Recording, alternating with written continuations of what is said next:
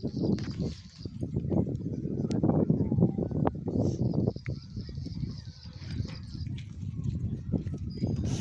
આંબો સોંપતા હોય એટલે પહેલાં તો જોઈ લેવાનું કે એટલો આ ઢેફાઈથી એટલો આંબો આપણે દાટવાનો છે, એટલે માફકસરનો ખાડો કરી આંબાને આ રીતે હાથમાં લેવાનો છે.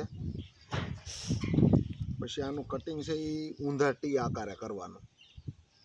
અહીંયા સીધું અને બને ત્યાં સુધી બ્લેડથી જ કટિંગ કરવાનું, ચપ્પુ નહીં લેવાનું. ચપ્પાથી આ ઢેફું ભાંગે અને દડબ કહેવાય, અને ઢેફું કહો તો પણ ચાલે. સૌથી અગત્યનું છે ઢેફું ન ભાંગવું જોઈએ. આ કપાઈ ગયું. હવે આને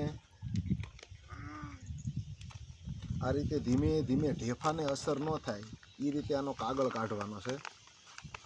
આ રીતના કાગળ નીકળી ગયા પછી બીજા હાથમાં આમ ફેરવી અને ધીમે થઈ અને કાગળ કાઢી નાખવાનો છે. બંને હાથે આ રીતે પકડી અને આંબો ધીમે ધીમે આમાં મૂકી દેવાનો છે. ત્યારબાદ સ્ટોપ કરી બીજો. હવે આંબો આપણે અંદર મૂકી દીધો છે. ત્યારબાદ આપણે પડખે છે એ લાકડી અથવા ગમે એ મૂકવાનું હોય તો એ લાકડીને એની સાથે સાથે જ મૂકી દો અને અહીંયા બાંધવા માટે બાંધવાનું છે. હવે આને ધીમે ધીમે છે એ આમાં ગાળ પાડી દો.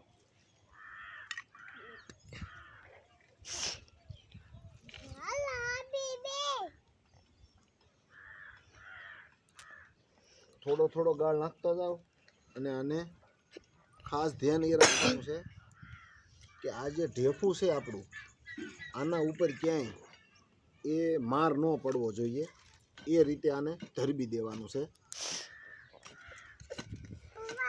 જે ઢેફાની બાજુમાં જગ્યા હોય એમાં જ ધરબવાનું, એ ખાસ કાળજી રાખવાની છે. જો આ ઢેફું ભાંગી જાય તો આંબો સુકાઈ જવાની પૂરી શક્યતા રહે છે. આ રીતે આને ધરબી દેવાનું છે.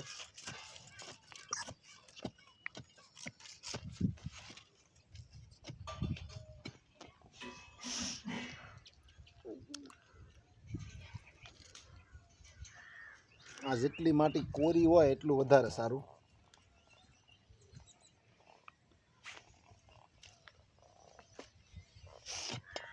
છેક સુધી આવી જાય તો પણ ધરબાના આ જ રીતે છે કે ઢેફાના ભાગને લાગે નહીં એ રીતે.